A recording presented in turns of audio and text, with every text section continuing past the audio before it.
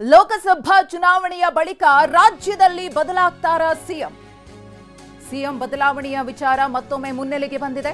ಲೋಕಸಭೆ ಚುನಾವಣೆ ಆದ್ಮೇಲೆ ಸಿಎಂ ಬದಲಾವಣೆಯಾಗುತ್ತಾ?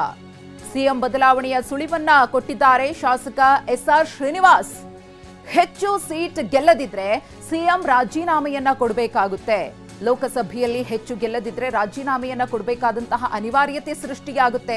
ನೈತಿಕ ಹೊಣೆಯನ್ನ ಹೊತ್ತು ಸಿದ್ದರಾಮಯ್ಯನವರು ರಾಜೀನಾಮೆಯನ್ನ ಕೊಡಬೇಕಾಗುತ್ತೆ ಎಂದಿದ್ದಾರೆ ಶ್ರೀನಿವಾಸ್. ಇವತ್ತು ನಮ್ಮ ಸರ್ಕಾರ ಇದೆ. ನಮ್ಮ ಸರ್ಕಾರ ಏನಾದರೂ ಹೆಚ್ಚಿನ ಸೀಟ ಲೋಕಸಭೆಯಲ್ಲಿ ನಾವು ಗಳಿಸಲಿಲ್ಲ ಅಂತಂದ್ರೆ ನೈತಿಕ ಹೊಣೆ ಹೊತ್ತು ಸಿದ್ದರಾಮಯ್ಯನವರು ರಾಜೀನಾಮೆ ಕೊಡಬೇಕಾಗುತ್ತೆ. ಇವತ್ತು ನಮ್ಮ ಸರ್ಕಾರ ಇದೆ. ನಮ್ಮ ಸರ್ಕಾರ ಏನಾದರೂ ಹೆಚ್ಚಿನ ಸೀಟ ಲೋಕಸಭೆಯಲ್ಲಿ ನಾವು ಗಳಿಸಲಿಲ್ಲ ಅಂತಂದ್ರೆ ನೈತಿಕ ಹೊಣೆ ಹೊತ್ತು ಸಿದ್ದರಾಮಯ್ಯನವರು ರಾಜೀನಾಮೆ ಕೊಡಬೇಕಾಗುತ್ತೆ. ಆ ಒಂದು ಕಾರಣಕ್ಕೆ ಅತ್ಯಂತ ಪ್ರಾಮಾಣಿಕವಾಗಿ ಬಡವರ ಪರ, ಶೋಷಿತರ ಪರ ಕೆಲಸ ಮಾಡ್ತಕ್ಕಂಥ ಸಿದ್ದರಾಮಯ್ಯನವ್ರನ್ನ ಉಳಿಸ್ತಕ್ಕಂಥ ಕೆಲಸವನ್ನ ನಾವೆಲ್ಲರೂ ಸೇರಿ ಮಾಡ್ತಕ್ಕಂಥ ಕೆಲಸವನ್ನ ಮಾಡಬೇಕಾಗುತ್ತೆ.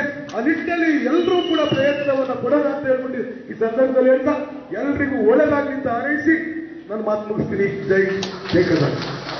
ಇವತ್ತು ನಮ್ಮ ಸರ್ಕಾರ ಇದೆ. ನಮ್ಮ ಸರ್ಕಾರ ಏನಾದರೂ ಹೆಚ್ಚಿನ ಸೀಟ ಲೋಕಸಭೆಯಲ್ಲಿ ನಾವು ಗಳಿಸಲಿಲ್ಲ ಅಂತಂದ್ರೆ ನೈತಿಕ ಹೊಣೆ ಹೊತ್ತು ಸಿದ್ದರಾಮಯ್ಯನವರು ರಾಜೀನಾಮೆ ಕೊಡಬೇಕಾಗುತ್ತೆ.